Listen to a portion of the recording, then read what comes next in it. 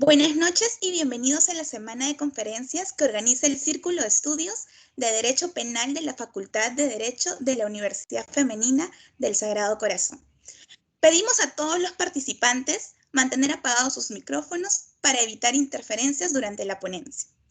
¡Qué gran semana de conferencia hemos tenido! Continuando con ello, tengo el honor de presentar nuestra última ponencia. Nuevo Código Procesal Penal, finalidad y utilidad en la Administración de Justicia, a cargo del doctor César William Bravo Yaque. Continuando con el evento, tendremos las palabras del director del Círculo de Estudios de Derecho Penal, el doctor José Julio Goicoechea Elías. Gracias, Lady. Bueno, ¿qué puedo decir? ¿No? Esta ha sido una jornada que está culminando el día de hoy, dividida en 5 secciones en la cual hemos tocado diversos temas que guardan relación con el proceso penal y hemos dejado para el final a un expositor de primera, al doctor César William Bravo Yaque. Él se está conectando en este momento desde el departamento de Lambayeque. Con él tenemos una amistad, hemos compartido claustros universitarios allá en el norte, en la universidad, en temas de posgrado, y es para mí un gran honor presentar a mi amigo William, pedirle que libere su cámara y cederle el micrófono a mi alumna para que pueda hacer la presentación de la hoja de vida del mismo.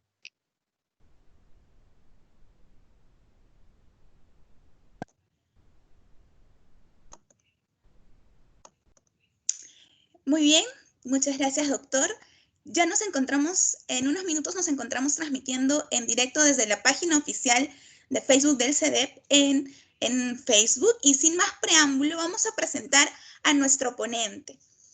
El doctor César William Bravo Yaque es abogado por la Universidad Nacional Pedro Ruiz Gallo, magíster en Derecho con mención en Ciencias Penales por la Universidad Pedro Ruiz Gallo, ex fiscal adjunto superior penal titular del Distrito Fiscal de Lambayeque, juez superior titular de la Corte Superior de Justicia de Lambayeque.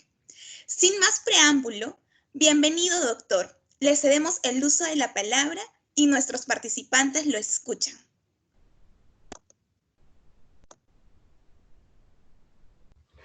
Sí, perdón, antes que comience el doctor, hay una cámara prendida, el señor Hernández, si pudiera apagar su cámara, por favor. Señor Néstor Fernández.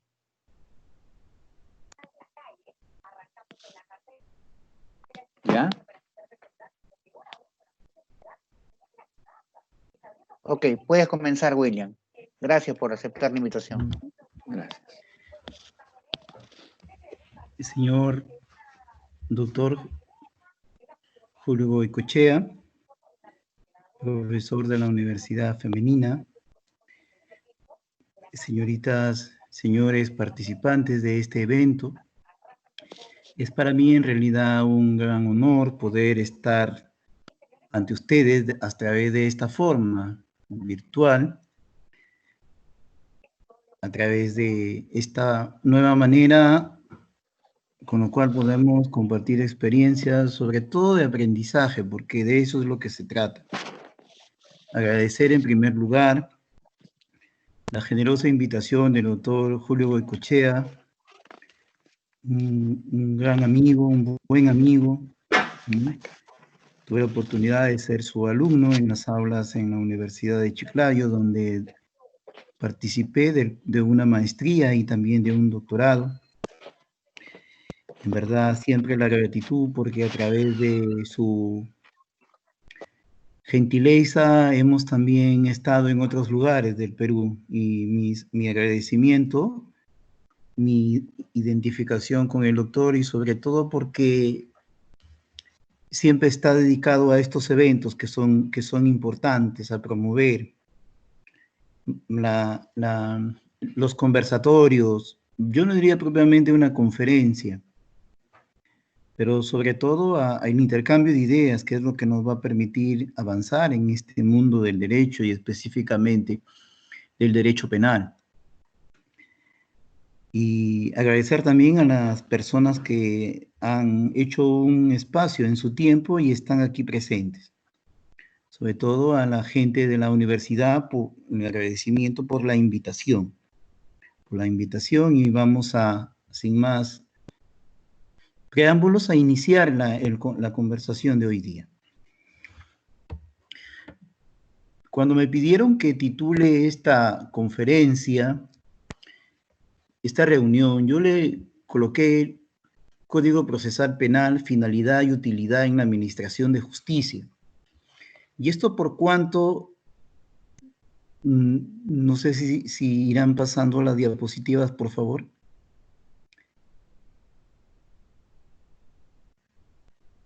¿El título? Sí.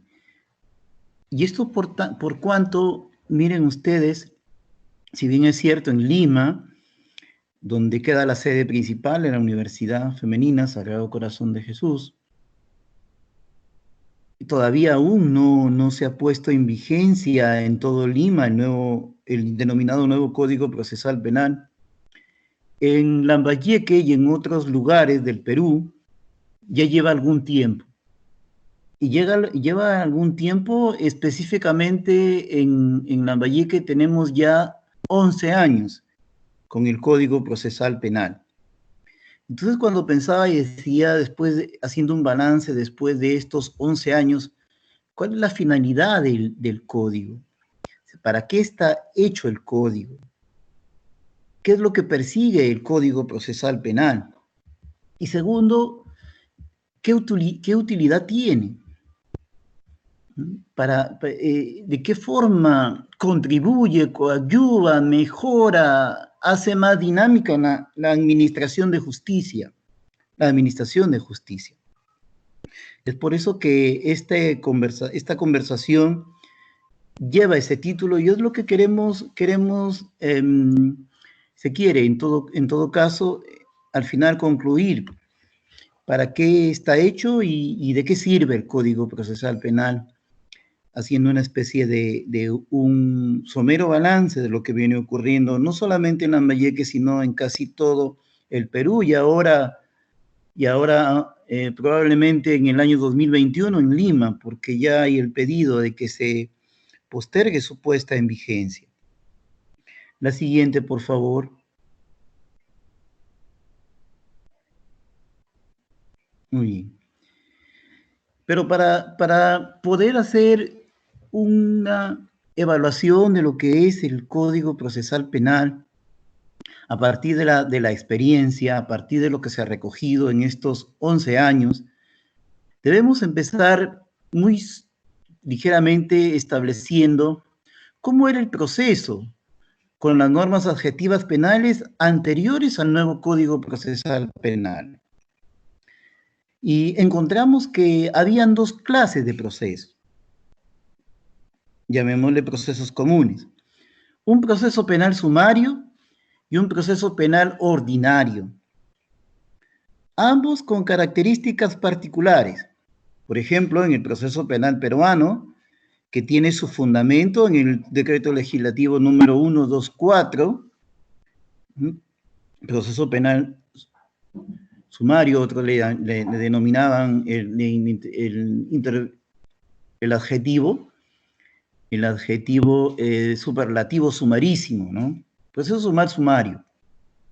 ¿Había diligencias preliminares? Sí, habían diligencias preliminares. ¿Había investigación propiamente dicha? También había investigación propiamente dicha, acusación, juzgamiento e impugnación, pero con las siguientes características. Las diligencias preliminares estaban a cargo fundamentalmente de la Policía Nacional del Perú, que luego de hacer su investigación como parte de las diligencias preliminares, o como algunos le denominaban investigación preliminar, enviaban el famoso atestado policial. Y el atestado policial era un resumen de todo lo que había hecho la Policía Nacional del Perú frente a una investigación de un delito.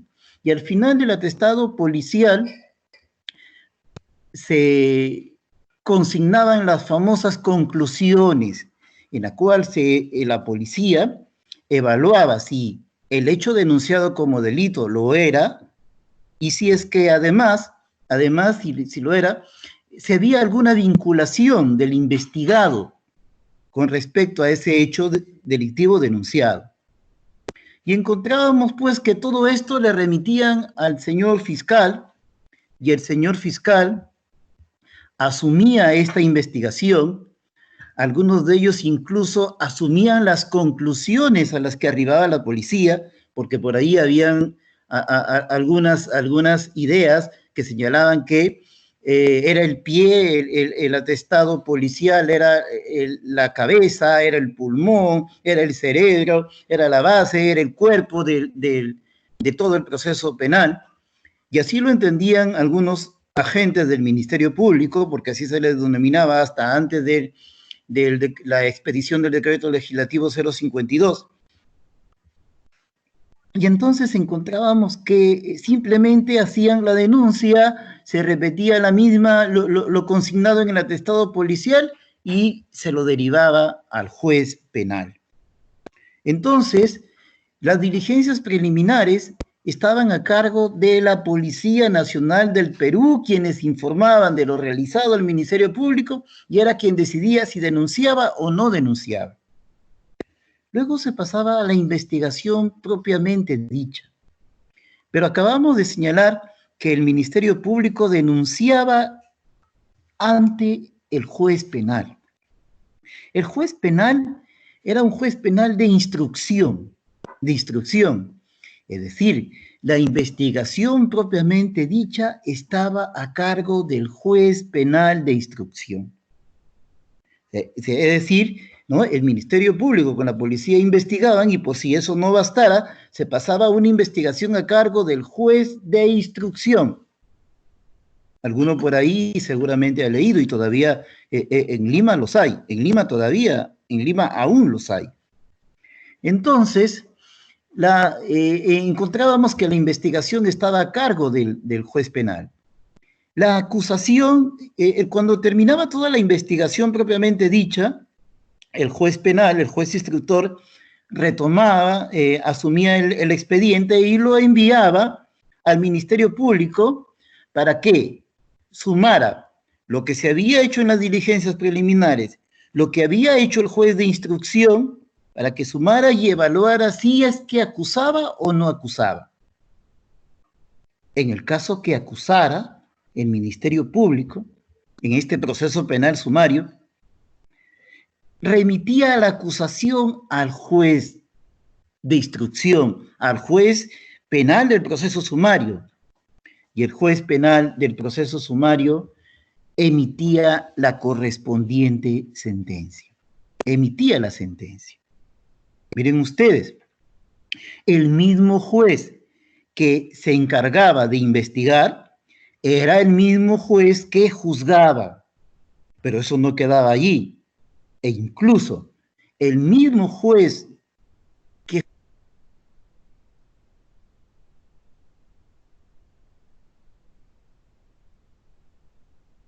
Sí, William, se ha cerrado tu micrófono. Ok. Bueno, no sé dónde quedé entonces porque se debe haber Hace 10 segundos nomás. 10 segundos nomás se cortó. Entonces decíamos que el juez penal remitía lo actuado, el expediente, al Ministerio Público. El Ministerio Público acusaba y la persona, el Ministerio Público, acusaba, lo revolvía al juez y era el mismo juez, en algunos casos todavía, era el mismo juez de instrucción quien emitía la sentencia. Es decir, el mismo que investigaba emitía la sentencia, pero decíamos, no solamente quedaba allí, sino que sin ningún juzgamiento, en la comodidad de su casa, en la comodidad de su oficina, ese juez penal que era el de instrucción sentenciaba. Y ya pues, según si iba a emitir una sentencia condenatoria, notificaba para el acto de lectura de sentencia, y si iba a emitir una sentencia absolutoria, lo notificaba. Entonces encontrábamos que en el proceso penal sumario había un solo juez, y ese juez era el mismo que investigaba y que también sentenciaba. Y de alguna manera u otra, algunos señalan que esto no debería haber sido así. ¿Por qué? Porque encontrábamos que pues se afectaba directamente la imparcialidad, que es la característica de todo juez que administra justicia, ¿verdad? Porque conocía, perseguía el delito, y porque además de perseguir el delito, luego que acusaba el fiscal, sentenciaba, condenaba. Muy bien. Luego de ello había la posibilidad de impugnación, sí, y se iba, el expediente era elevado al superior jerárquico. Primero se le llamó tribunal correccional, tribunal superior, y después la sala superior penal. Era quien en una audiencia de vista de causa, en un proceso de revisión, determinaba si estaba bien o no lo juzgado por el juez en el proceso penal sumario.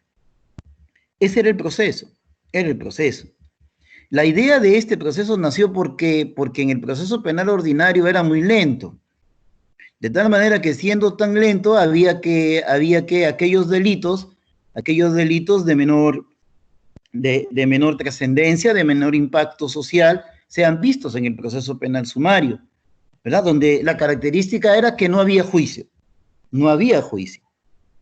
Y si no había juicio, a pesar de ello se sentenciaba. En el proceso penal ordinario, si bien es cierto, era un proceso donde sí había juicio, desde ahora lo señalamos, era una especie de paquidermo, lento. Había que empujarlo, había que correrlo, y a veces todas las fuerzas que se sumaban hacía que el proceso penal sea lento. Y les voy a decir por qué. Las diligencias preliminares estaban a cargo de la policía y del Ministerio Público. Yo diría predominantemente de la policía. La investigación propiamente dicha a cargo también del juez el juez de instrucción, el juez penal de instrucción. Pero aquí había una diferencia, ¿verdad? Una vez que terminaba la investigación, el juez remitía el expediente al Ministerio Público para que hiciera los informes, no acusara. ¿Qué significa hacer los informes? Elaborar los informes implicaba hacer una valoración de las diligencias, de los actos de investigación que se habían realizado, y dar una opinión, ¿no? Una opinión en dos aspectos. Una de ellas relacionadas con el hecho delictivo, si era o no hecho delictivo, y en un segundo momento se opinaba también acerca de la vinculación del investigado con el hecho delictivo. Muy bien, una vez que el Ministerio Público hacía este informe, devolvía al juez de instrucción, el juez de instrucción hacía lo mismo, hacía también un informe, ese informe igual, señalaba las diligencias, de la misma manera, emitía opinión sobre el delito y emitía opinión sobre la responsabilidad penal del investigado. Muy bien, una vez que ambos hacían los informes, elevaban, por decirlo de alguna manera, el expediente penal a la sala superior, porque quien hacía el juicio no era el juez instructor, quien hacía el juicio era el juez, era la sala, formada por tres jueces, que hoy se les llamaría jueces superiores. En ese entonces se les denominaba vocales superiores. Así lo denominaba la ley orgánica del Poder Judicial. Recibía el expediente que había enviado el juez de instrucción, la sala penal, e inmediatamente lo remitía al fiscal superior. El fiscal superior recibía el expediente, lo evaluaba, y según ello tenía dos opciones, el fiscal superior. Primero, si es que evaluaba que faltaban actos de investigación, ¿no? y señalaba qué actos de investigación faltaban, y lo devolvía a la sala superior, a los vocales superiores. Los vocales superiores, si es que el fiscal superior le señalaba que faltaban diligencias, con esa sola indicación, lo devolvían el expediente al juez de instrucción para que hiciera las diligencias que había señalado el fiscal superior faltaban. Es decir, la palabra del fiscal era una especie de sentencia, entre comillas, de decisión, entre comillas, a la que se vinculaban los jueces, ¿no? Faltan diligencias, decía el fiscal superior, y la sala emitía, sí, faltan diligencias, devuélvase el juez de instrucción para que realice las diligencias que faltan hacer. En otra posibilidad que tenía era el fiscal superior, era la de acusar. Y habían dos clases de acusaciones, que era bastante simpática. Una acusación que era denominada sustancial, una acusación sustancial en la que se pronunciaba y estaba convencido el fiscal superior que había delito y que había vinculación con el procesado o con el investigado, y una segunda acusación que se denominaba acusación formal. Esa acusación formal la entendíamos como que el fiscal acusaba a ver qué ocurría, a ver qué pasaba. El fiscal no estaba convencido de que había delito o responsabilidad penal o ambos, ¿no? O ambos aspectos. Sin embargo, decía, vamos a ver qué resulta. No lo decía así, pero se entiende. Vamos a ver qué resulta. Vamos a ver qué ocurre. Yo voy a acusar y según ello, y según esto, a ver qué resulta. ¿Qué es lo que ocurre en el juicio? Acusaba, en todos los casos, lo recibía la sala y bastaba con la acusación para pasar a juicio oral. Bastaba con la acusación para pasar a juicio oral, ¿verdad? Es decir, la palabra del fiscal, la opinión del fiscal, la decisión del fiscal era acatada totalmente por los vocales. Si el fiscal decía acusación, juicio oral, sea acusación sustancial o sea acusación formal. Hoy día no es así. Se desarrollaba el juzgamiento a cargo, una vez que acusaba, se llamaban para la audiencia eminentemente oral, predominantemente oral, y se realizaba la función de juzgamiento.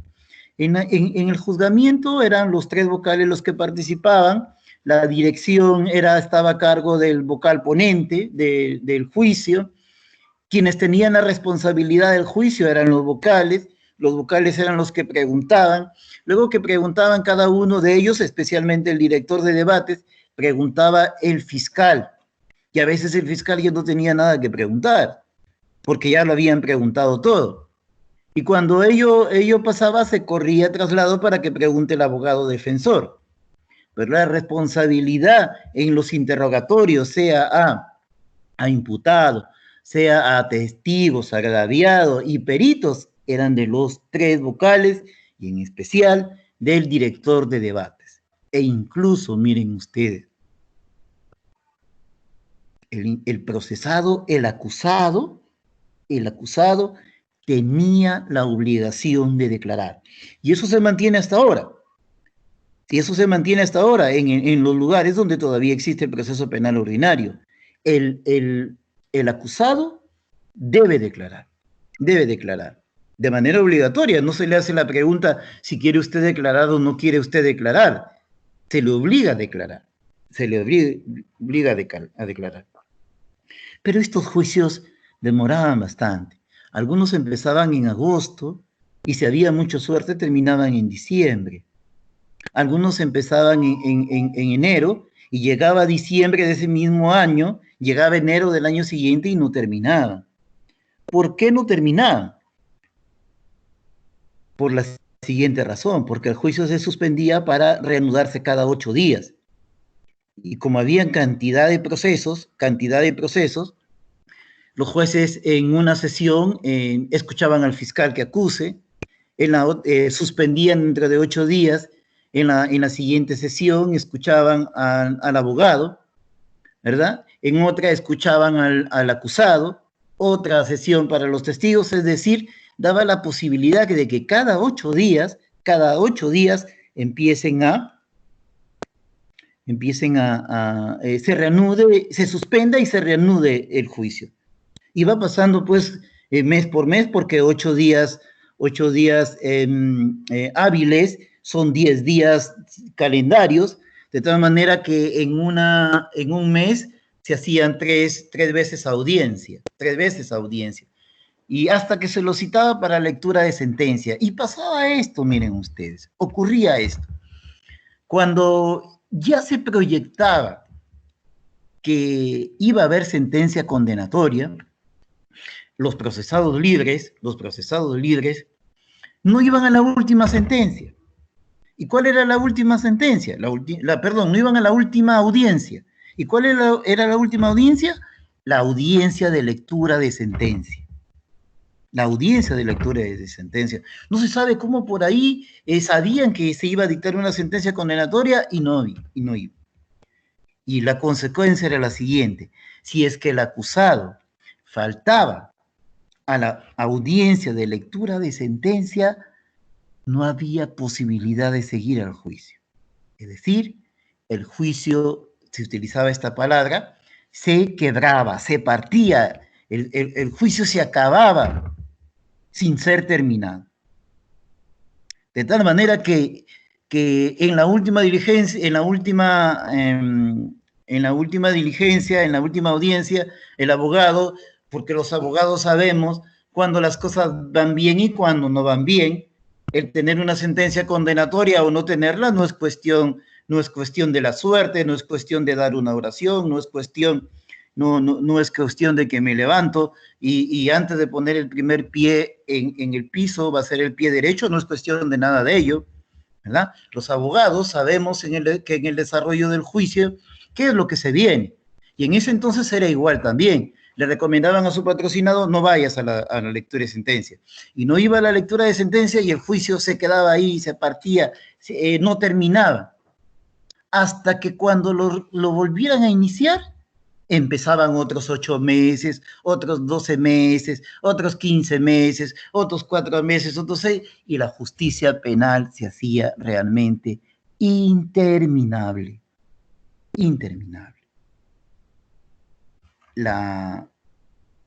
Se dictaba sentencia, sobre todo en reos en cárcel, porque ellos sí no había posibilidad de que no asistan, ¿no? Y algunos reos libres era bastante difícil llegar a una sentencia. Sin embargo, había la posibilidad de la impugnación. No había un recurso de apelación con el proceso penal sumario. El recurso se denominaba, y todavía se denomina, recurso de nulidad. Y con un recurso de nulidad que bastaba solamente con expresar el deseo de impugnar para que ese recurso se tenga por concedido, todo lo actuado se elevaba a la Sala Penal de la Corte Suprema de la República, quien definía, quien resolvía el juicio penal. Pero en medio de todo esto había una constante, ¿verdad? ¿Cuál era esa constante? Que el acusado, que el agraviado, que incluso el mismo fiscal se sometían a procedimientos demasiado extensos, demasiado largos, que no se sabía en realidad qué es lo que iba a ocurrir, ¿no? En cuanto a que se conocía cuándo empezaba el juicio, pero no se tenía claridad respecto a cuándo terminaba. De alguna manera, esta es una visión somera de lo que representaba la justicia penal hasta antes de la vigencia y puesta y aplicado el Código Procesal Penal, o como algunos otros llaman, nuevo Código Procesal Penal, ¿verdad? Aparece el nuevo Código Procesal Penal, ¿no? El nuevo Código Procesal, la siguiente, por favor. Toda. El nuevo proceso penal surge con mucha expectativa. Que lo tenemos, del Código del año 2004. Surge con mucha expectativa porque Era ya insoportable los procesos penales. Yo les digo algo que seguramente lo deben haber escuchado. A los gobiernos no les interesaba mucho el proceso penal. Y no les interesaba mucho el proceso penal porque las cárceles están llenas de gente muy pobre, de gente muy pobre. El proceso penal está direccionado, el proceso penal está dirigido hacia una justicia cuyos clientes, cuyos consumidores es la gente más pobre. Los delitos de robo agravado, los delitos de violación de libertad sexual, los delitos de secuestro, los agentes, los sujetos activos de esos delitos pertenecen a los estratos más pobres de nuestras sociedades, especialmente de las ciudades de la costa, Entonces había poca disponibilidad para prestarle atención al proceso penal, pero fundamentalmente había poca disposición porque la justicia penal no era una justicia rentable. Y no era una justicia rentable desde el punto de vista económico. ¿Por qué? Porque no producía nada. No producía, ¿verdad? Y estaba dirigida hacia gente de escasos recursos económicos. Pocas eran las personas que llegaban al proceso penal. Claro, había una tremenda cifra negra de denuncias que no se hacían, y los estratos sociales medios y altos les corresponde esta denominada cifra negra de delitos que no resultaban denunciados. Entonces encontramos que frente al proceso penal representaba en sí ya un problema. ¿No? Había cantidad de gente en los establecimientos penales que no tenían sentencia, ni absolutoria ni condenatoria. Llegó incluso hasta antes del año 2004 a señalarse que el elevadísimo porcentaje del 80% de la población penal carecía de sentencia. Y habían por ahí ya algunas voces que indicaban que el hecho de estar recluidos de manera interminable, de manera indefinida en un establecimiento penal, sin duda que afectaba derechos humanos y afectaba garantías procesales fundamentales, como por ejemplo la presunción de inocencia, que implica la declaración a partir de pruebas de la culpabilidad de una persona para quebrar la presunción de inocencia. Pero si eso no ocurría, porque eso se daba en un juzgamiento y como consecuencia de ello una sentencia, si no había sentencia condenatoria, si estaba vigente la presunción de inocencia. Es decir, la persona debería estar considerada como inocente y no tenía ningún sentido. Si siendo inocente o considerada como tal, bajo la presunción, esté recluida en un establecimiento penal. Habían casos, se llegaron a determinar casos de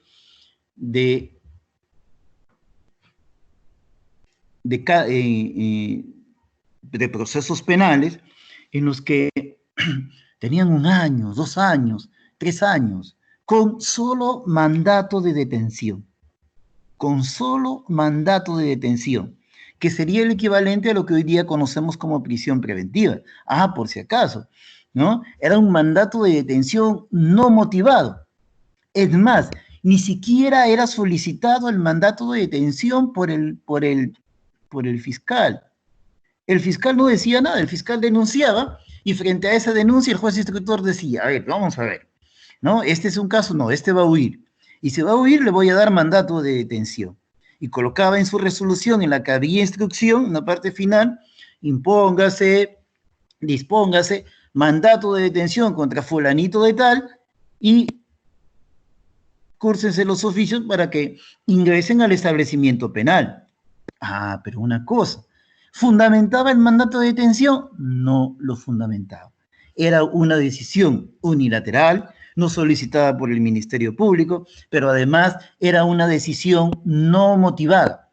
Era una decisión que no encontraba ninguna razón en auto de apertura de instrucción que nos pudiera orientar por qué se detenía antes de dictarle sentencia a una persona. Entonces, este era de alguna forma el proceso penal hasta antes del año 2004 y en algunos casos, en algunos juzgados en Lima, todavía sigue teniendo esta característica. Muy bien, pero el proceso penal en estos 11 años que llevamos ya en Lambayeque y en otros lugares, afronta algunas circunstancias que queremos comentar. Primero de ello, el aspecto jurídico interpretativo.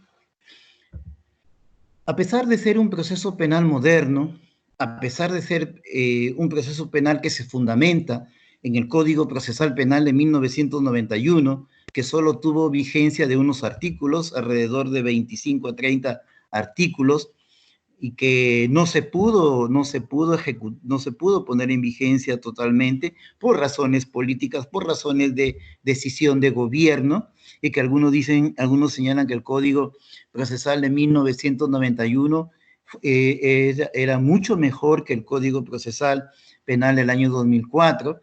Es más, le digo, el Código Procesal chileno reconoce como su antecedente, reconoce como un factor de inspiración para concretizar ese Código Procesal chileno, precisamente el Código Procesal Penal de 1991,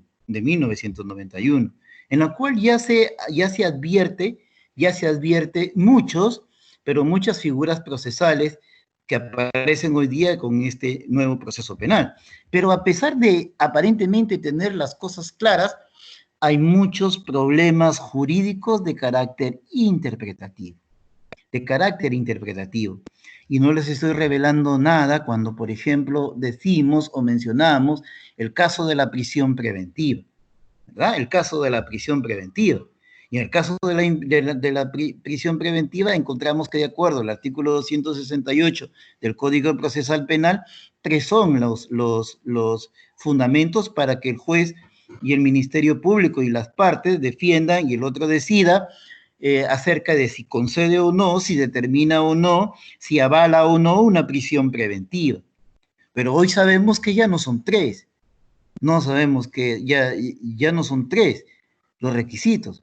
Hoy sabemos por este criterio interpretativo que va modificando la norma, que va empujando la norma, pero que a veces hace que también la norma se aleje de su finalidad para la cual fue creada, para la cual fue constituida.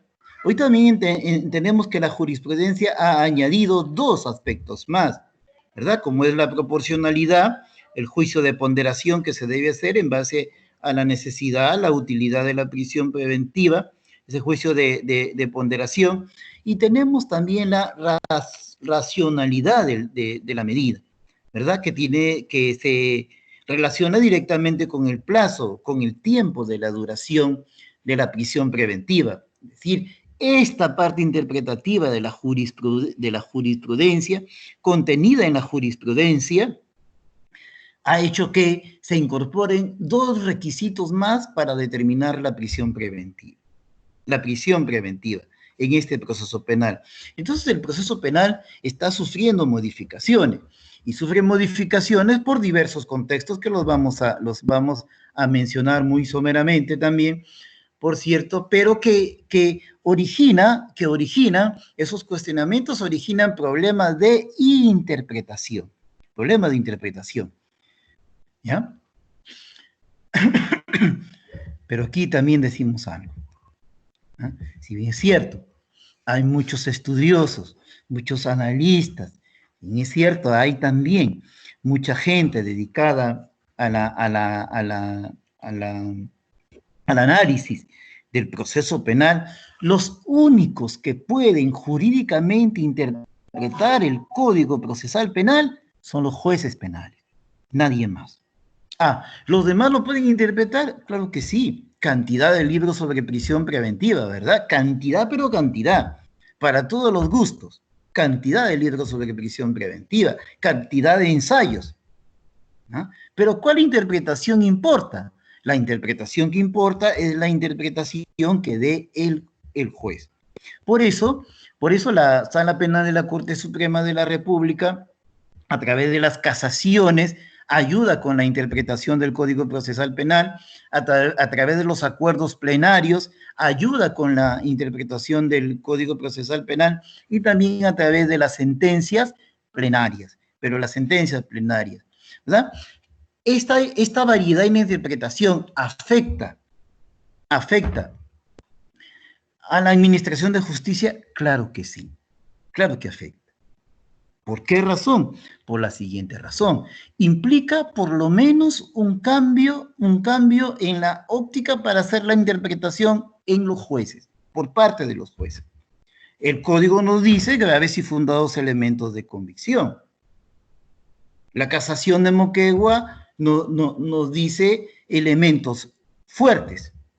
La sentencia, el acuerdo plenario del año pasado, del año 2019, 1-2019, nos refiere elementos graves, dice, elementos de convicción graves. Es decir, miren, ¿no? Graves y fundados, luego fuertes, luego graves, y no es cuestión tan solo de variar la terminología, sino que a cada terminología tiene un contenido que le da la propia norma, que le dan los propios jueces, que hace que la justicia se afecte en una de las garantías que debe tener, en especial la justicia penal, como es que la justicia sea previsible. Que la justicia sea previsible. De tal manera que, como abogado, sé, porque conozco la norma, porque sé que es la norma, porque he leído jurisprudencia, sé cómo va a resolver un juez.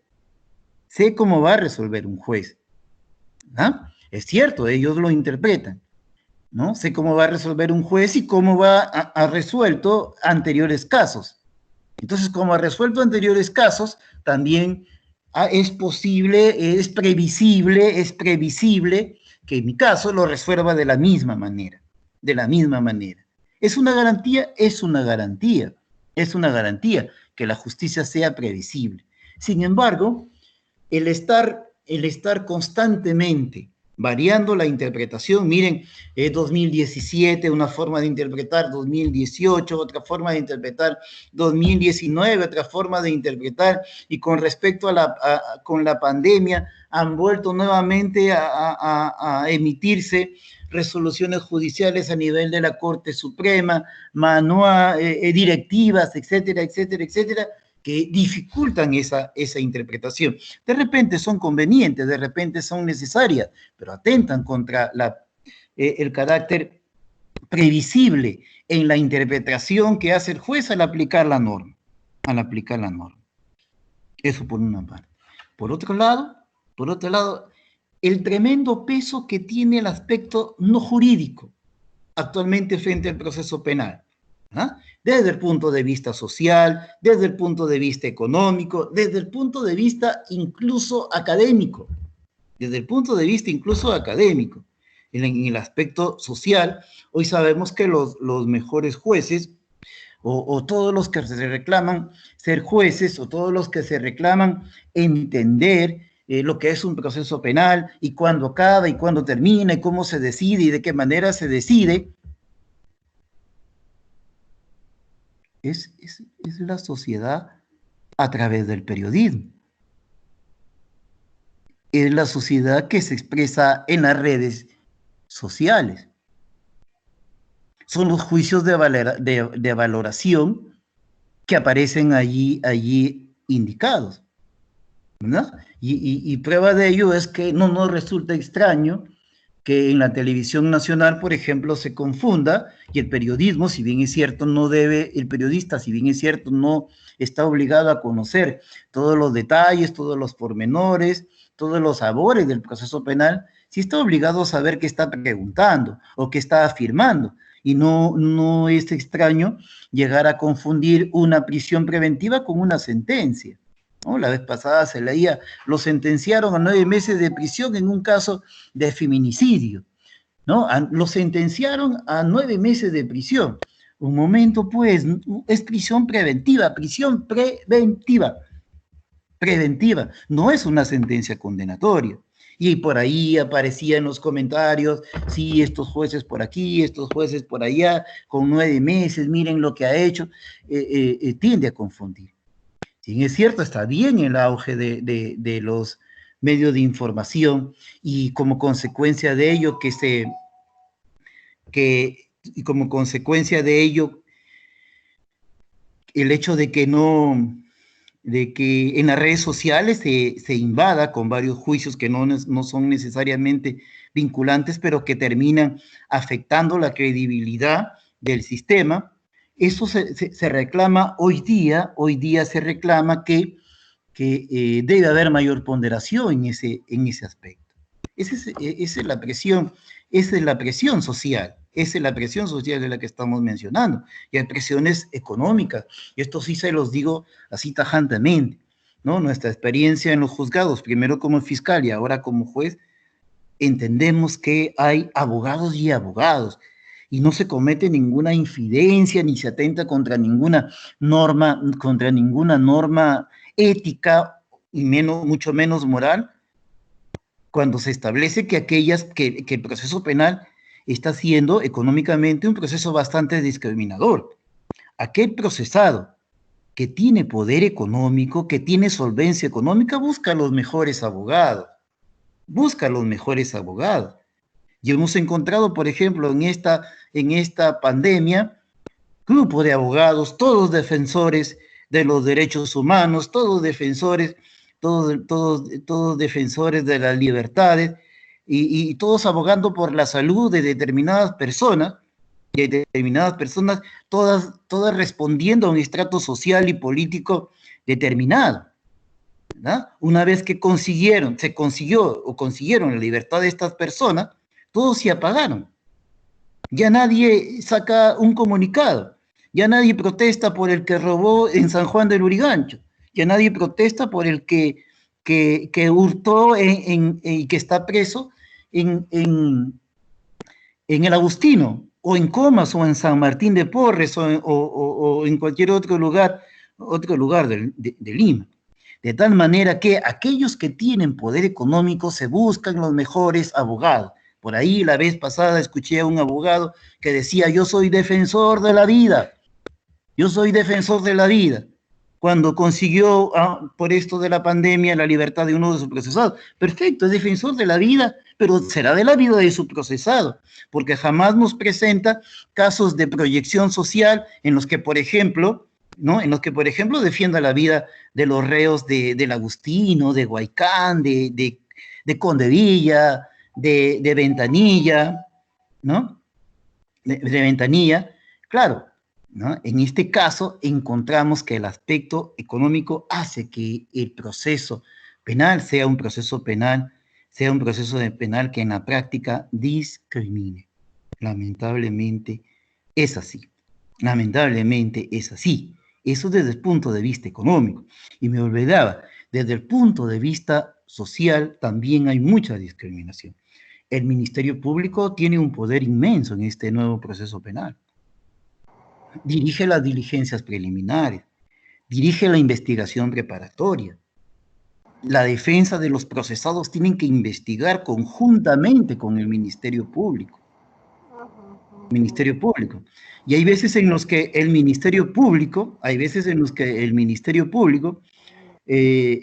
deniega los actos de investigación a favor de los procesados. Creo que también eso es algo imposible, ¿no? Al Ministerio Público al fiscal se le impone recoger los actos de cargo y los elementos de cargo y los elementos de convicción de descargo, ¿no? Es decir, se lo hace poner en una posición. Hoy día que es lunes, voy a trabajar consiguiendo los elementos que persigan el delito. Mañana, que es martes, trabajaré los elementos que demuestren la inocencia de quien el día lunes lo voy a perseguir. Y eso, como decía el profesor argentino Alberto Bovino, esa es una creencia ingenua. Eso no ocurre, porque ninguna persona, y el fiscal es una persona, va a tener dos lados muy bien diferenciados en su cabecita, que un día pueda perseguir el delito y otro día cambie la otra orilla y trate de deshacer lo que hizo a través de conseguir medios probatorios a favor de su patrocinado. Eso realmente es muy difícil. Por eso la gran queja de los abogados frente a este proceso penal es cuando me hacen mis diligencias, cuando me hacen los actos de investigación que propongo, porque la manipulación, la responsabilidad del fiscal provincial penal es tanta que tiene que hacer también los actos que propone la defensa y a veces no basta el tiempo, a veces no tiene los medios también suficientes para ello. Distinto para un abogado que sí se puede, porque su procesado es una persona que tiene los medios económicos, ¿verdad? Y que puede presentar ya las pruebas casi hechas, nada más para que se verifique su autenticidad como elemento de convicción. Por eso también decíamos hace un rato, ¿no? Es totalmente discriminador. Pero si el procesado se le obliga al abogado a que investigue con el Ministerio Público, la víctima, a pesar de tener un capítulo pequeñito de unos 4 o 5 artículos en el Código Procesal Penal, en el anterior código no lo tenía, tampoco lo tenía en el Decreto Legislativo 124, ahora sí lo tiene, la víctima sigue siendo una parte procesal olvidada. Primero, que no tiene abogado. Segundo, que tanto trabajo tiene el Ministerio Público, tanto trabajo tienen los fiscales, que a veces no tienen el tiempo. Si no tienen el tiempo para hacer las diligencias de los procesados, menos tienen el tiempo para realizar diligencias orientadas a tutelar los derechos de la víctima. Los derechos de la víctima. De tal manera que, por ejemplo, estos casos de violencia contra la mujer o violencia familiar que llegan a través del artículo 121b y 122b al campo penal, ¿verdad? Es porque tiene un antecedente, ¿no? Estos actos son denunciados ante el fiscal de familia, ante el juez de familia. El juez de familia dice: voy a dictar las medidas de protección de tal manera que se impida que la agresión, que la mayoría de veces es física y también psicológica o psicológica predominantemente, ¿verdad? Sigan, que la persona que hace todos estos actos, de alguna manera repita los mismos, se evite que repita los mismos, ¿de acuerdo? ¿Y qué se le da? Se le da una hoja para que la policía, un documento para que la policía los proteja. Esa es la protección que se reclama para estos casos. Esa es la protección eficaz que debe tener una persona agredida en su condición de mujer o miembro del grupo familiar. Definitivamente esto no es válido. No por culpa de la administración de justicia, sino porque no se han implementado las instituciones que de verdad deben velar por que este aspecto de agresión no se repita, ¿no? Y hay que ser claros al respecto, ¿no? Y eso es un problema de tutela. Ese es otro problema. Y el aspecto académico también es fundamental. Los grandes abogados tienen estudios, ¿verdad? Y la mayoría de libros responde a un interés de esos estudios. Hay que decirlo. Alguna vez, cuando nos enseñaba el doctor Pablo Sánchez, nos decía: el proceso penal tiene tantas formas de verlo y depende del lugar donde tú te coloques para verlo. Si uno es fiscal, lo va a ver de una manera. Si uno es juez, lo va a ver de una forma diferente. Si uno es abogado, también lo va a ver de una manera diferente. Es el mismo objeto visto desde diferentes puntos de vista. Entonces yo voy a hablar, yo voy a escribir, yo voy a explicar desde mi punto de vista. Y el punto de vista que yo tengo va a ser el punto de vista que responda a mi concepción, pero solo al interés profesional, al interés de servicio, al interés personal que yo tengo en un proceso penal. Y no olvidemos que en un proceso penal el Ministerio Público, si bien es cierto, defiende un interés común, que es el interés social de la comunidad, de la sociedad a la que representa el juicio. Los abogados defienden un interés individual, un interés particular, específico, con nombres y apellidos, que es el interés de su patrocinado, es el interés de su patrocinado. Y frente a ello escribirán sobre eso, escribirán sobre esos puntos de vista. Por eso es que hay tanta diversidad en estos aspectos, ¿no? Por eso es que hay tantos libros. Cardenuti decía, se da una norma y aparecen 50.000 libros que tratan de explicar la norma. Y lo más curioso es que pueden haber hasta 50.000 veces que explican esa norma de manera diferente. Y no deja de tener razón. ¿Cuántos libros se han escrito acerca del proceso penal en estos 11, en estos 15 años que llevamos con este nuevo modelo? Cantidad de libros, ¿verdad? E incluso para ingresar a ser juez o a ser fiscal o procurador, piden publicaciones, ¿no? Ya hay revistas, hay editoriales que se prestan para ello, ¿no? Y entonces encontramos que hay muchas publicaciones sin el debido análisis, pero eso también es otro tema.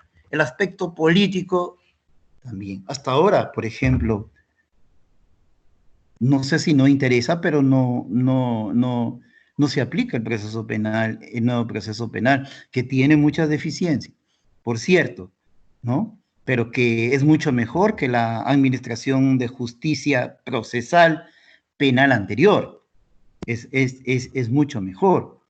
Y es una decisión política, es una decisión del Poder Ejecutivo, porque con el nuevo proceso penal se van a querer más fiscales, más abogados defensores públicos, más unidades de víctimas y de protección a las víctimas y testigos que tiene el Ministerio Público. Se van a querer más peritos, se van a querer más jueces, más policías. Todo eso es una inversión. Ya dijimos que la mayoría de personas que están vinculadas a un proceso penal es la gente que menos recursos tiene. Si no, miren cómo están los establecimientos penales. Y no es novedad que estén así. Esto ya lo sabíamos desde hace años, ¿no? Basta con leer, por ejemplo, nada más en los años 70, la obra El Sexto de José María Argueda, esa que nos han recomendado leerla en la educación secundaria o en el primer año o segundo grado de pregrado, para saber que esto del hacinamiento viene desde los años 70 y que no es nuevo, no es novedoso. Pero a nadie le ha interesado dar solución a este problema, dar solución a este tema. Tiene mucho de político. Y ahí dijimos también, tiene también, el proceso penal está sujeto a los medios de información, ya lo hemos señalado, ¿no? Una campaña para desprestigiar a cierto procesado, a cierto juez, a cierto fiscal, o por el contrario, decir que hay que protegerlo, decir que no ha hecho nada, decirle que tienen todas las enfermedades del mundo y que se debe debe dársele la libertad, lo cual puede estar bien, cala en la opinión pública, porque los medios de información forman la opinión pública. Hay también grupos de presión, ¿verdad? En estos casos del policía en Piura, que según manifiestan, no conozco de lleno el caso, pero le dieron prisión preventiva por haber hecho un acto de persecución a un delincuente y haberle quitado la vida. Inmediatamente los miembros de la Policía Nacional, ante la prisión preventiva, presionaron a través de los medios de comunicación, ¿no? Acerca de que cómo era posible, ¿verdad? Y la presión contra los jueces y fiscales tiene una mejor manera, tiene una forma a través de las denuncias ante el órgano de control interno, sea del Poder Judicial o sea del Ministerio Público, quienes, por cierto, ante solo la noticia de que han actuado indebidamente, porque así es la noticia que le transmiten, ya están habiendo procesos, o ya sin la debida investigación, ya están incluso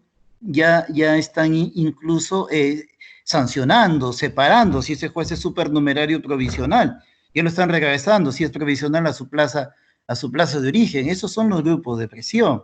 Las ONG, hay muchas ONG muy poderosas, ¿verdad? Que inician una campaña y esa campaña termina subiendo a unas personas, pero así como también se las sube, a otras también se las puede bajar en la consideración de la opinión pública. Ya hemos dicho también el carácter discriminador, y hoy día sabemos que lo que peor nos puede pasar que el proceso penal, lamentablemente se está convirtiendo en eso, que el proceso penal tenga carácter popular, ¿no? No se puede, definitivamente no se puede, ¿no? No son las redes sociales las que deben condenar, no es la opinión pública la que debe condenar, no son los medios de información los que deben condenar, no son los grupos de presión los que deben condenar, sino básicamente es el hecho mismo del proceso penal en sí, frente al establecimiento del delito y de la responsabilidad penal del investigado, acusado, sentenciado. Muy bien, la siguiente, por favor. Ya son las 8, voy a tratar de avanzar. Si tuviera tiempo, si no. Doctor Julio. No hay ningún problema, William, continúa nada más, está muy buena la charla, ningún problema, ya. Tómate tu tiempo. Sí, ya también termino, ya, lo que pasa es que a veces mucho tiempo empleo en una diapositiva. Muy bien, entonces estamos acá, ¿verdad? El hecho penal es abordado por el proceso penal. Pero ¿cuál es esa? Perdón, ya desde ahora advertimos, este nuevo proceso penal no es totalmente acusatorio, no es totalmente acusatorio. No es totalmente acusatorio. Y decimos que no es totalmente acusatorio porque cuando es acusatorio propiamente dicho, el juez no interviene. Todo depende del fiscal. ¿Verdad? No, aquí no todo depende del fiscal. Incluso si el fiscal pide sobreseimiento, terminada la investigación preparatoria, aquí el juez no puede decir, muy bien, señor fiscal, tú has pedido sobreseimiento y como tú detentas la acción de persecución penal y también tú ejerces la facultad de la acción penal pública, por lo tanto no me queda más que archivar. Punto. No es así. Ante un sobreseimiento cabe la posibilidad que el juez de investigación preparatoria diga, señor fiscal, un momento, yo no estoy de acuerdo con que aquí no hay delito, yo no estoy de acuerdo con que aquí el imputado en su pedido de sobreseimiento no esté vinculado con los hechos delictivos, y como no estoy de acuerdo, voy a llamar a su fiscal superior para que evalúe estos hechos, ¿verdad? Y tenga dos opciones, ratifique lo que usted está diciendo o rectifique y le ordene que usted acuse. Imagine, por eso no es acusatorio, es decir, frente al hecho, frente al requerimiento del Ministerio Público, hay la posibilidad de que el juez penal también dé su opinión y puede ser un factor determinante. Algunos dicen, no, es que es un factor determinante y qué bueno que lo sea, porque puede ser un caso que debió haber sido acusado, y si no se acusaba, se iba a favorecer la impunidad. Sí, pues, precisamente por eso es que no estamos frente a un sistema acusatorio totalmente. No estamos frente a un sistema acusatorio, y ni hablar de las pruebas de oficio, ¿no? En pleno juicio, y antes que se den los alegatos, el juez unipersonal, el juez de juzgamiento, puede decir, ¿sabe qué? No me queda claro, no me queda clara, en verdad, si está acreditado el delito, no me queda claro ante los medios probatorios. Entonces yo creo que debe aquí actuarse un nuevo elemento probatorio. Y como yo me doy cuenta de eso, yo como soy juez penal, dispongo que se actúe de oficio ese nuevo medio probatorio para aclarar y establecer si es que hay responsabilidad penal, si es que hay vinculación, si es que hay delito, qué sé yo. Depende para que esté incorporándose un nuevo elemento de juzgamiento, un nuevo elemento de prueba para el juzgamiento. ¿Y eso qué es? Eso es dejar el proceso en manos de las partes, en manos del fiscal, para que sea acusatorio. No, definitivamente no. El juez está interviniendo en la consecuencia del juicio. El juez está interviniendo, está incluso más que interviniendo, determinando el sentido del juzgamiento. Lo mismo ocurre cuando el juez pregunta. El código autoriza, el juez puede realizar preguntas aclaratorias. Perfecto, pero vemos todavía que en algunos casos quien más pregunta es el juez que el propio fiscal, que el propio imputado, ¿verdad? Y no solamente ello, sino que la jurisprudencia también le dice, ¿sabe qué, señor juez? Usted también puede determinar, juez penal, usted también puede determinar que si es que el abogado que está defendiendo al acusado no lo está defendiendo mal, usted puede decir, ¿sabe qué, señor acusado? Cambie de abogado. Y a eso se denomina defensa eficaz, que puede estar bien, ¿verdad? Y que yo creo que está bien, ¿no? Porque la indefensión también tiene que ver directamente con una defensa de baja calidad, una defensa poco responsable, poco profesional, pero es también una intromisión en el hecho de lo que ofrecen las partes, por lo que hace que nuestro sistema no sea totalmente acusatorio. Algunos dicen, hay rezagos inquisitivos. Puede ser que haya rezagos inquisitivos. Otros dicen, sí, conviene que no sea acusatorio, porque nuestra sociedad todavía no está preparada para un juicio acusatorio, para un proceso penal acusatorio totalmente en el extremo de lo que significa esa palabra. Puede ser, pero ¿eso constituye limitaciones? Sí, constituye limitaciones. La vez pasada encontrábamos, por ejemplo, en una decisión de una de las salas del sistema, ¿cómo le llaman? De la Corte Especial, ¿no? Del sistema penal nacional, sistema anticorrupción, lavado de activos, encontrábamos una decisión que nos sorprendía con algo muy característico, ¿no? Y que al menos me llevó a pensar mucho. En las medidas cautelares, el Ministerio Público no tiene el derecho de la defensa. No tiene derecho a la defensa. ¿Será cierto? ¿Será esto así? No lo sabemos, habría que seguir analizando, porque bajo este criterio simplemente llamo a la parte, al abogado defensor del procesado, tu Ministerio Público no tienes derecho o no te puede lesionar en el derecho a la defensa, así que si quiero te llamo y si quiero no te llamo. Puedo llegar a ese extremo, a ese absurdo, puedo llegar. Por eso decíamos hace un momento, ¿verdad? Estas interpretaciones diversas, genuinas, novedosas, son las que terminan haciendo daño a un proceso penal. Pero con todo esto, la gran finalidad, aunque les parezca mentira, la gran finalidad del proceso penal, ¿para qué está hecho el proceso penal? Es para la celeridad procesal. Es decir, el proceso penal no tiene otra finalidad que hacer juicios rápidos. Porque recuerdan el Código de Procedimientos Penales, recuerdan el Decreto Legislativo 124, la ley procesal, la ley del proceso sumario, ¿verdad? Mucho tardaban, ¿verdad? El proceso duraba años. La finalidad del nuevo proceso penal es la celeridad procesal. Pero pero, ¿se estará cumpliendo esa celeridad procesal? En muchos casos sí, en muchos casos sí. Yo creo que en muchos casos, cuando haya delitos de flagrancia delictiva, sí conviene la celeridad procesal. Pero esa celeridad procesal hace que se descuide algo importantísimo, ¿no? La celeridad procesal hace que el proceso penal carezca de base criminológica.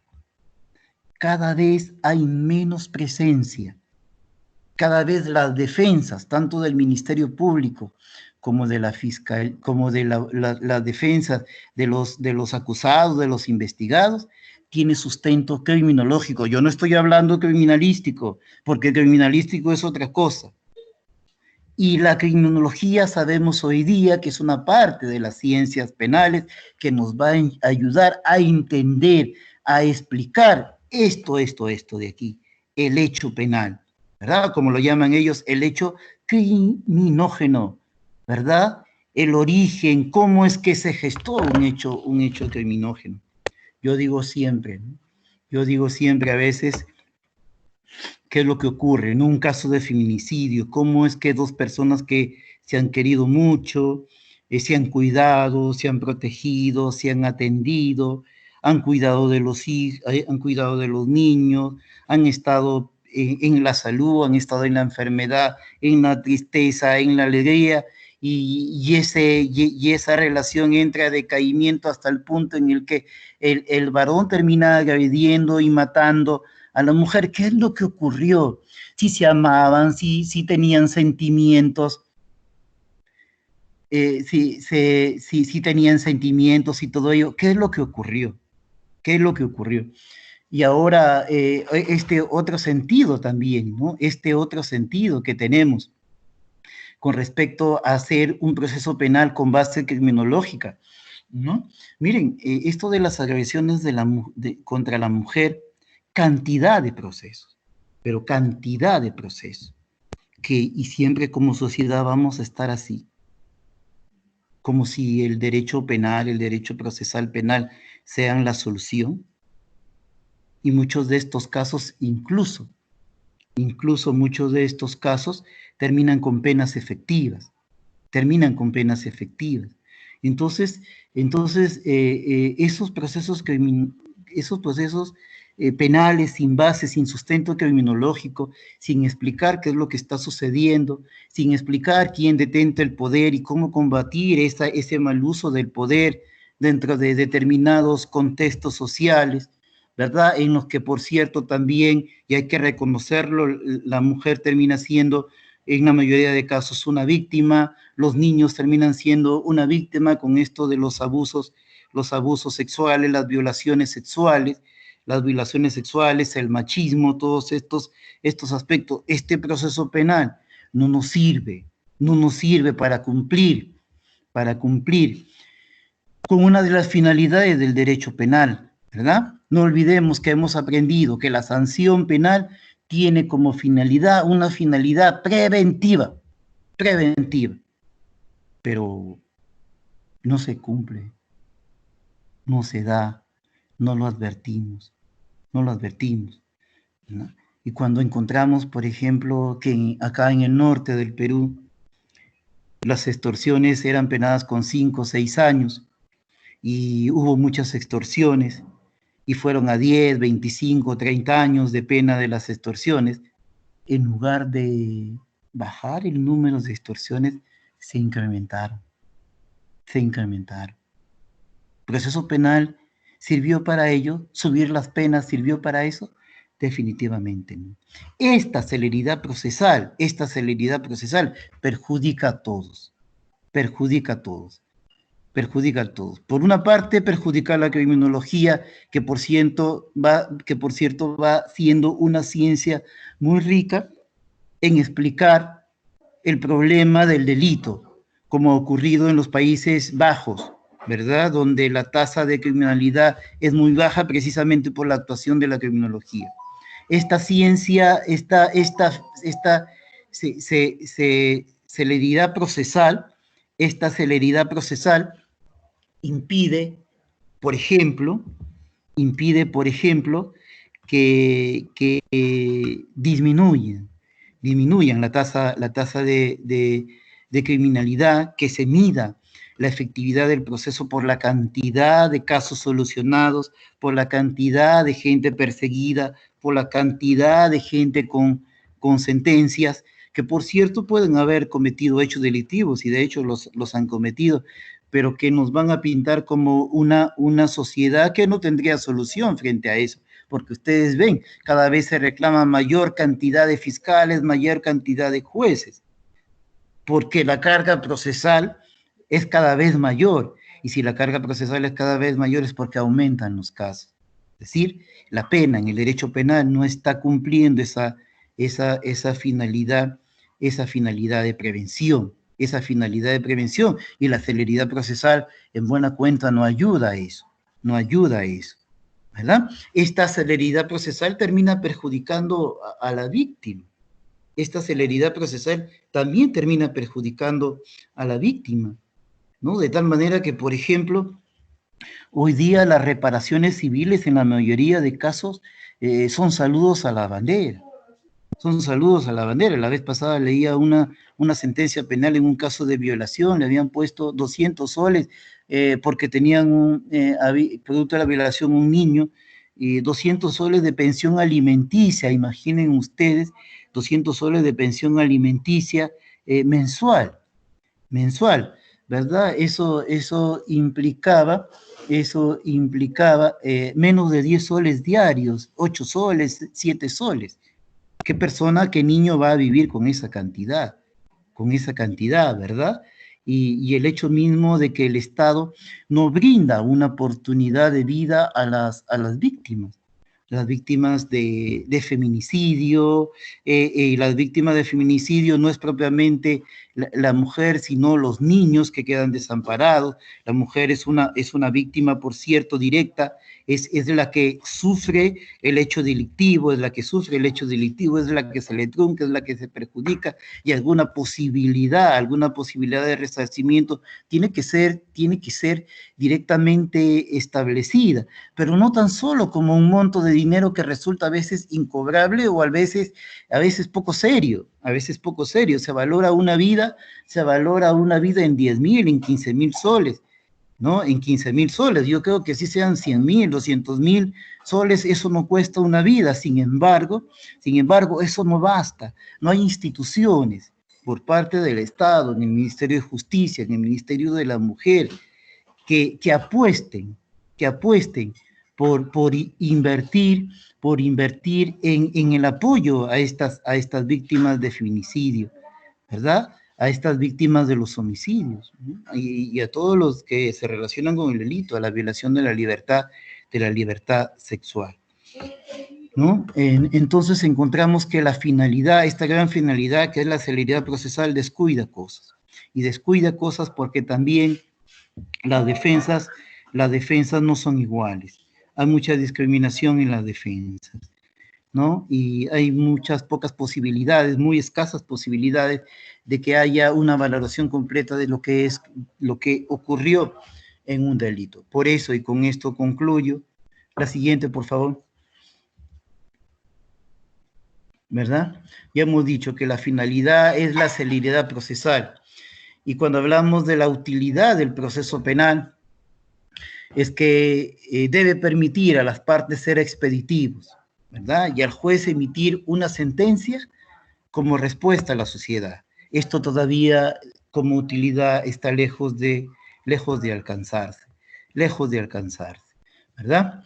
En el norte hubo crecimiento económico y ese crecimiento económico no se expresó en nuevas formas de trabajo, pero sí se expresó en nuevas formas delictivas de delinquir, especialmente en los delitos contra el patrimonio, específicamente en la década pasada, en los delitos de extorsión, que hubo cantidad de dichos delitos. Entonces la respuesta que se exige a la sociedad es una respuesta más amplia, más allá de la condena, y eso ya depende muchos de nosotros, de ustedes, sobre todo la gente joven, que haga lo que nosotros no pudimos hacer en su momento, pero que cuando tengan responsabilidad, y seguro que la van a tener en un determinado instante, hagan las cosas mucho mejor que nosotros.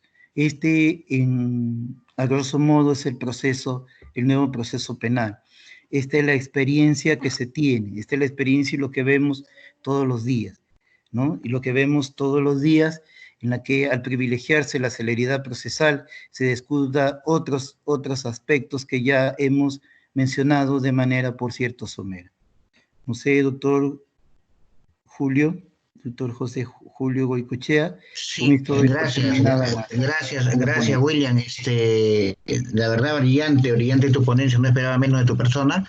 Y voy a darle paso a mi alumna para que comience a leer algunas preguntas que se han seleccionado de las que han estado mandando las chicas.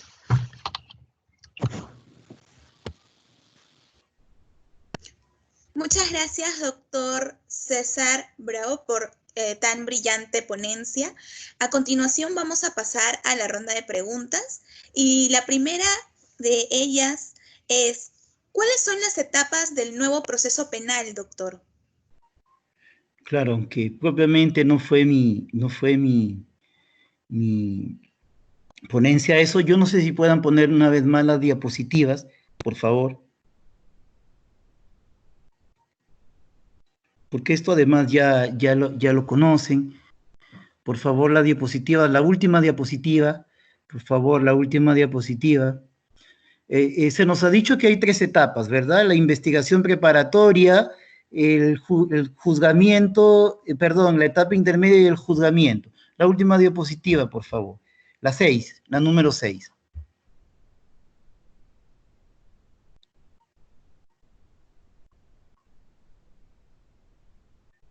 Yo no creo que sea así.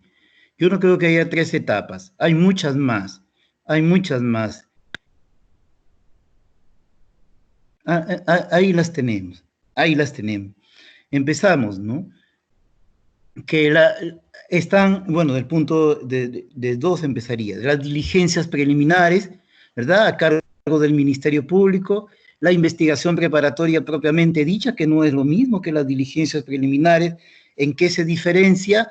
En que en las diligencias preliminares nos sirve para determinar si estamos frente a un delito y si es que a quienes estamos investigando se vinculan o no con ese delito, ¿verdad? Mientras que la investigación preparatoria propiamente dicha es diferente, es la continuación de la primera, sí, pero es diferente porque la finalidad también lo es, en la medida en que sirve para que el fiscal determine si es que va a acusar o va a sobreseer, que significa que está convencido, que tiene elementos de convicción, que a esa persona que ha investigado está relacionada con el delito y que hay delito, y que para ello ya juntó durante la investigación preparatoria propiamente dicha todos los elementos de convicción que le hacen convencerse así, y así lo va a requerir el juez.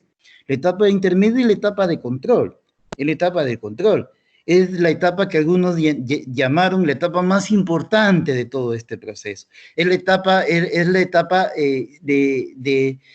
cernidora, es la etapa cernidora, es la etapa que debería decir este juicio va, este juicio no va, este juicio sí, esto va a juicio, esto debe archivarse. ¿Por qué? Porque ya no estamos como en el anterior proceso. En el anterior proceso todo lo que el fiscal acusaba, sea formal o sustancial, iba a juicio. Ahora no, ¿no? En etapa intermedia el juez determina, incluso de oficio, y le dice, ¿sabe qué, señor fiscal? Usted no tiene caso, usted no tiene un caso, ¿verdad? Usted no tiene un caso viable, y si no tiene un caso viable, porque o lo que ha presentado como delito no lo es, o porque los elementos de convicción no vinculan al procesado, o porque solamente hay pocos elementos de convicción y no los suficientes para vincular al procesado con el delito, y es mejor archivar el caso, y lo archiva mediante el sobreseimiento. Ahora ya se le puede decir no al fiscal. Pero sin embargo, en la práctica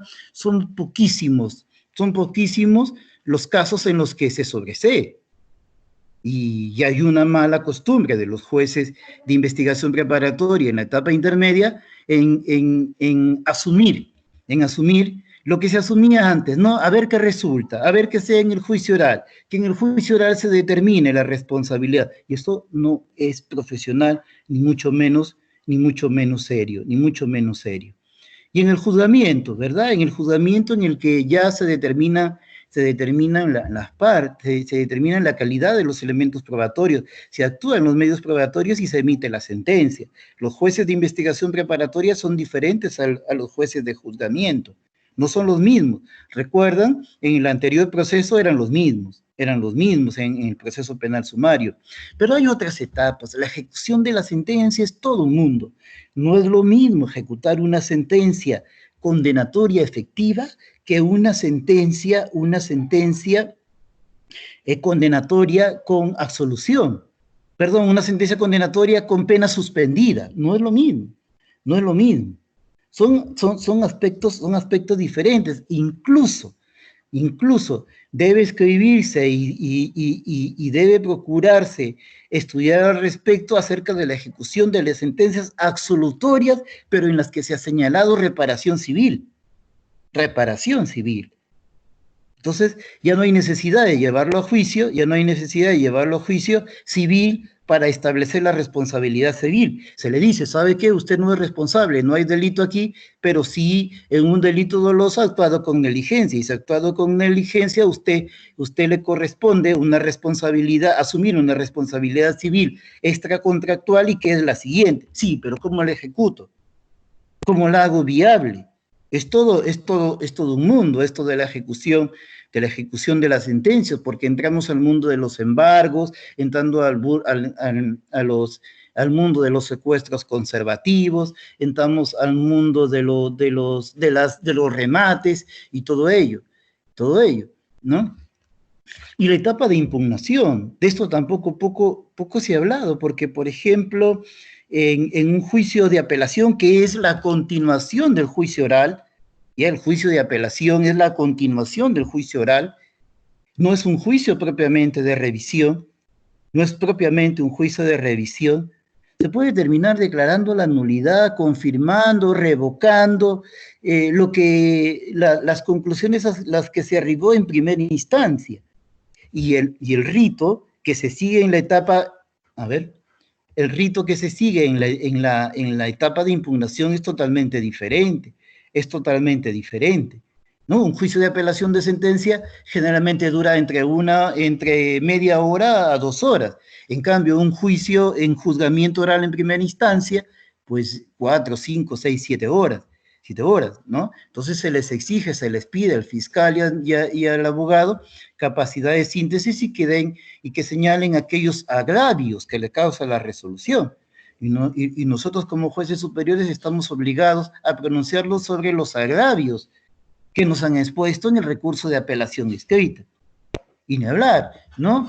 Cuando frente a la decisión de la Sala Superior se eleva en recurso de casación, los dos momentos, ¿verdad? El momento formal en la casación, que tiene que ver con el control de admisibilidad, y donde se quedan allí buena cantidad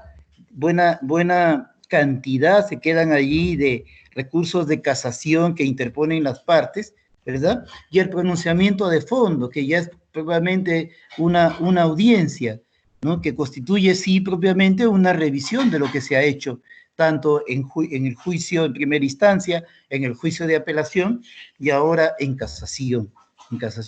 Todos estos aspectos, si alguien me pregunta cuáles son las etapas del proceso penal común, no es verdad que sean 3. No es exacto que sean 3. En la academia, en la universidad nos preparan para 3, pero en realidad es 1, 2, 3, 4, 5, 6, 7, hasta 8 fases diferentes, hasta 8 etapas, hasta 8 estadios en el proceso penal.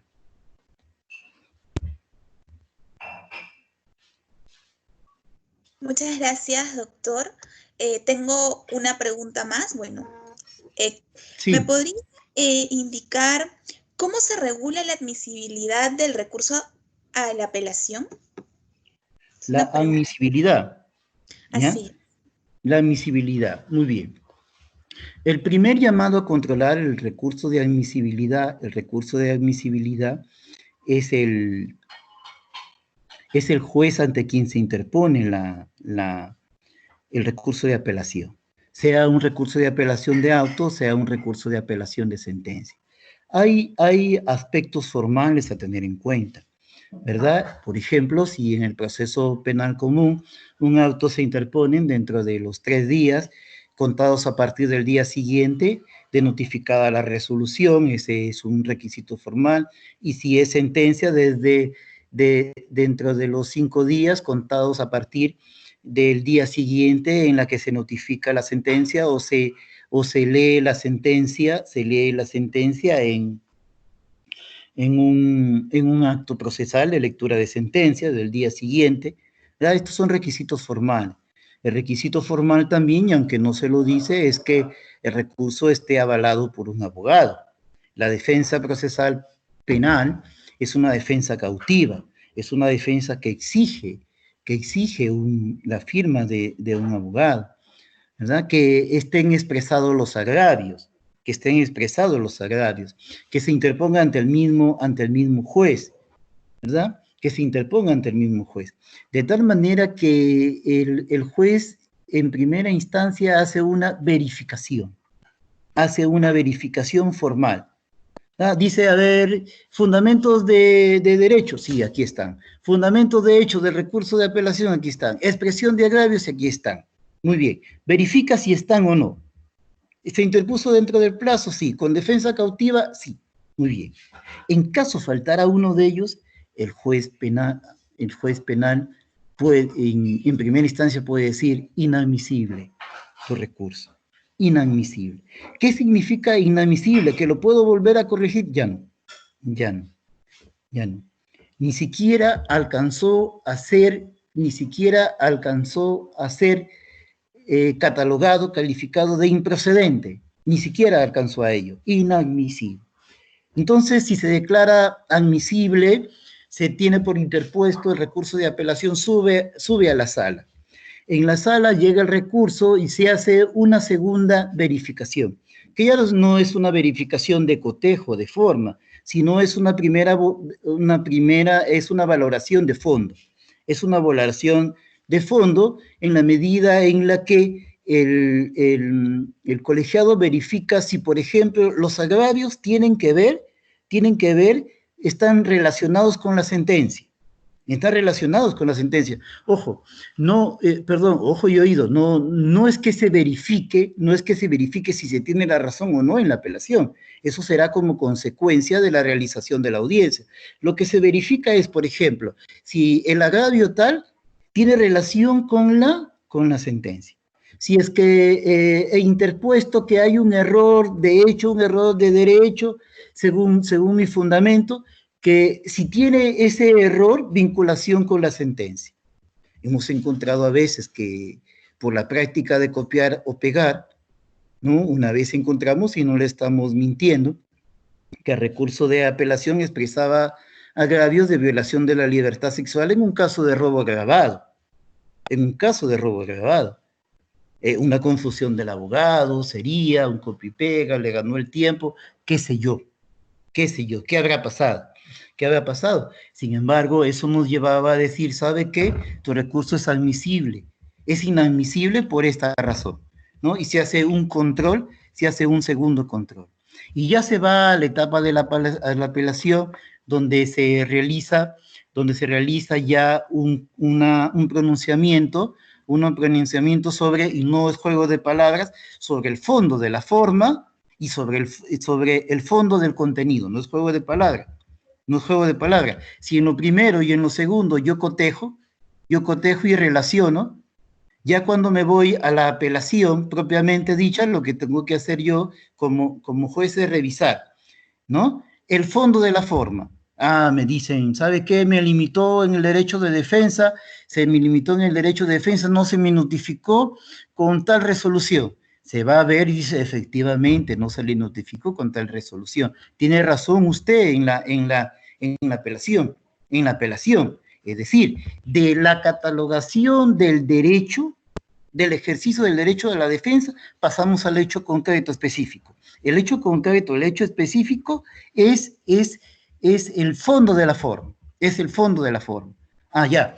Y a veces nos dicen, no, lo que ha pasado es que no se ha actuado debidamente un medio probatorio y por lo tanto corresponde a absolución. Entonces, ya no nos centramos en que si valoró o no valoró un medio probatorio, sino cómo lo valoró. Y cómo lo valoró es el fondo del contenido. Y es ahí lo que nos permite a nosotros pronunciarnos, no, ¿sabe qué? Tiene razón el apelante, por lo tanto debe absolvérsele o no. La sala tiene razón el Ministerio Público, aquí está valorado y lo que se ha dicho, guarda debidamente, guarda una relación directa con lo decidido por el juez en primera instancia, ¿ya?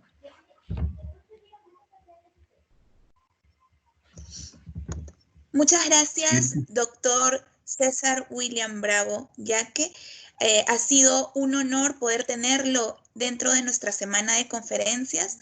Una vez más, agradecemos su magnífica ponencia y pues el tema que nos ha expuesto el día de hoy es muy importante para nuestra formación académica. El Círculo de Estudios de Derecho Penal de la Facultad de Derecho de la Universidad Femenina del Sagrado Corazón nuevamente agradece tan ilustre ponencia. A continuación, voy a ceder el pase al doctor José Julio Goicoechea Elías. Gracias, gracias Lady, gracias William, gracias por tan brillante exposición. Le va a servir, como digo yo, no, como dicen en mi barrio, un chorro a las chicas. El doctor Bravo ya que reúne las dos cualidades que debe tener todo profesional: capacidad, que la ha demostrado en esta ponencia, y la honestidad, ¿no? De la cual yo doy fe, lo conozco, hemos compartido claustros universitarios, como hablábamos al principio de la ponencia, en la ciudad de Chiclayo, capital del departamento de Lambayeque, tierra donde hay muy buenos juristas y además se come rico, pero más rico se come en Lambayeque que en Chiclayo, así se piquen los chiclayanos. César, honrado de haberte tenido hoy día con las chicas de este círculo que lo estamos sacando adelante en la UNIFE. Comprometido, sé que he abusado de tu confianza, te he tenido por bastante tiempo, él tiene un cargo muy importante. Para que sepan las chicas, por encima del cargo que tiene César solamente están los jueces supremos. En provincias se da el tema de que las cortes son consideradas una especie de supremita, son la segunda instancia y solamente los casos que por defecto de forma casación llegan a Lima. César es una persona íntegra. El tema ha sido súper interesante, esta clase está quedando grabada y mañana la vamos a compartir en el Facebook porque hubieron unos problemas en la señal de Facebook. Mañana la estamos subiendo. Te reitero mi respeto, César. Saludo a todas las amistades que tenemos allá en Chiclayo y a la orden, como siempre. Doctor Julio, muy agradecido. Básicamente lo que les he hablado es lo que la experiencia, eso que no está en los libros, ¿no? Porque en los libros nos dicen una cosa y cuando nosotros vamos a la práctica es totalmente diferente. Es totalmente diferente y ahí es donde en la práctica aprendemos muchas cosas. Aprendemos muchas cosas y son diferentes, Entonces, ha tratado de ser la exposición crítica. Crítica no me gusta repetir y usted lo sabe, usted ha sido mi docente, mi profesor, ¿no? Sabe que no me gusta repetir, me gusta criticar, porque ese es el espíritu del abogado y así crecemos, ¿no? Y ojalá las chicas de la universidad salgan también con ese espíritu, porque hay que cambiar la administración de justicia,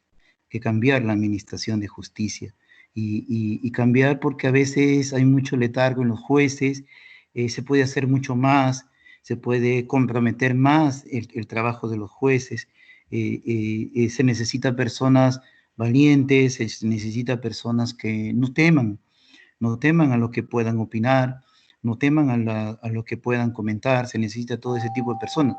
En la administración de justicia, los jueces perdemos muchos amigos, y ojalá haya mucha gente con esa vocación para ser fiscales, para ser jueces. Usted, doctor, fue juez también, y sabe que las presiones, pero se quiere gente valiente como lo fue usted, y como tratamos de serlos, ¿no? Y ojalá aquí las chicas de la UNIFE, y está también por ahí mi hija, está también por ahí, que ojalá llegue a ser también una magistrada, ¿no? Aunque ya lo está haciendo muy bien, está por ahí también una excelente amiga y que es fiscal, que fue mi compañera de trabajo, Diana Rojas, que está también siendo una excelente fiscal allá en Trujillo, está en Trujillo, y de eso se trata, ¿no? De creer en la administración de justicia, que por cierto no lo hace del todo, no lo hace muy bien. Hay que reconocerlo, falta cambiar, más compromiso social, procesos que duran mucho, cuando el código nos dice que deben ser precisos. Me estoy refiriendo a procesos como, por ejemplo, todos aquellos que se dan ante la ONP. Yo siempre digo esto, ¿no? Y lo he dicho siempre, ¿no? En la ONP, por ejemplo, tuve el caso de suspensión de mi señora madre que murió el año pasado. Pasaron 4 años y nunca vio su pensión. Y esto de alguna manera u otra lesiona estos aspectos, ¿no? De la vida, y lo que queremos son jueces totalmente comprometidos, fiscales totalmente comprometidos, que se puede hacer más, Lo tratamos de hacer, de repente nos equivocamos, ¿no? Pero estas tribunas, y yo le agradezco más bien a usted, doctor Julio, por siempre brindarme, por donde va usted, alguna posibilidad para estar conversando estos temas, con mucha gente, ¿no? Con mucha gente, como ahora corresponde a la gente de la universidad, de sus alumnos, ¿no? Y deseándoles que sigan con ese aprendizaje y que se espera mucho de ustedes. Muchas gracias, el agradecido soy yo, doctor Julio. Gracias César.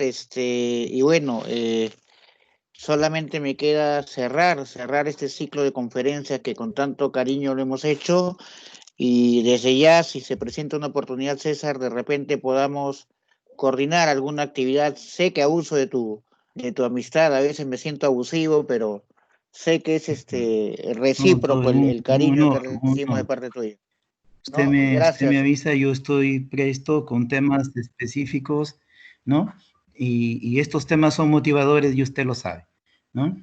Gracias, César. Muchas gracias. Lady, gracias. Que Dios me lo bendiga. Lady, puedes quedar en el uso de la palabra. Buenas noches a todos. Buenas noches. Gracias. Muchas gracias al doctor César William por tan magnífica ponencia. A su vez, también agradecemos a todo el público que ha participado, tanto por Microsoft Teams y también por nuestras redes, por Facebook, hasta cierto punto donde se pudo dar. A su vez, también reiterarle que el Círculo de Derecho Penal de la Facultad de Derecho de la Universidad Femenina del Sagrado Corazón está preparando nuevos proyectos en los cuales todos estos proyectos se van a estar manteniendo informados a través de nuestras redes sociales por Facebook, así que los invitamos para que nos puedan estar siguiendo por ese medio y también ser parte de todo lo que se viene a través del Círculo de Estudios de Derecho Penal de la Facultad de Derecho de la Universidad Femenina del Sagrado Corazón. Una vez más, todo el equipo agradece su participación y pues hasta una próxima conferencia, hasta una próxima ponencia. Muchas gracias.